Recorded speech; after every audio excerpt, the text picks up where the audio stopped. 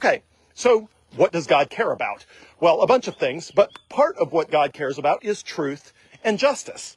So let's assume you were from another planet and you viewed everything through the lens of only truth and justice, and you didn't know anything about the human race or this planet Earth, and you show up one day and you're looking around. The first thing you would notice is, wait a second, one of the things that is the most perverted and distorted as it relates to justice and truth is the money. It's green pieces of paper with dead presidents that are controlled by something called the Federal Reserve, which is a very small number of unelected people that make up what the interest rate ought to be and make up how much money gets printed out of thin air, rather than the interest rate being set based on scarcity and the amount of money based on the value that each person has created in the world. So, like, why green pieces of paper with dead presidents? Like, what about that is money? Well, the government just said so. Oh, well, is it backed by gold or anything scarce? Nope.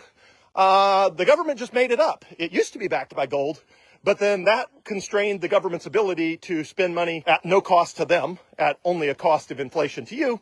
And so they just made the paper mean nothing. It has numbers on it. It's like, oh, well, is the $100 bill more expensive to print than the $1 bill? Not really. It's got a few holographics on it, but no, it's $100 more valuable just because the government says so. So immediately, again, if you care about truth and justice, as God does, your alarm bells should be going off all over the place saying, wait a second, how is this consistent with truth?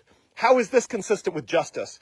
How is this consistent with the fact that we're supposed to have honest weights and measures? So God cares about justice and truth, and God put us on this earth to care about justice and truth. And God put us on this earth to try to redeem as much of this earth as we can between now and when Jesus comes back. Now, we can't do that perfectly. We don't have the ability as fallen humans, as sinful humans, to make the world perfect. We don't have the ability to make anything or do anything perfect.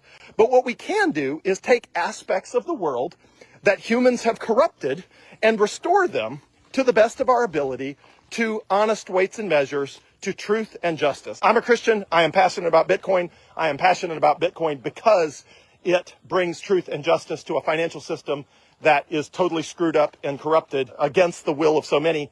And Bitcoin is a way we can redeem that.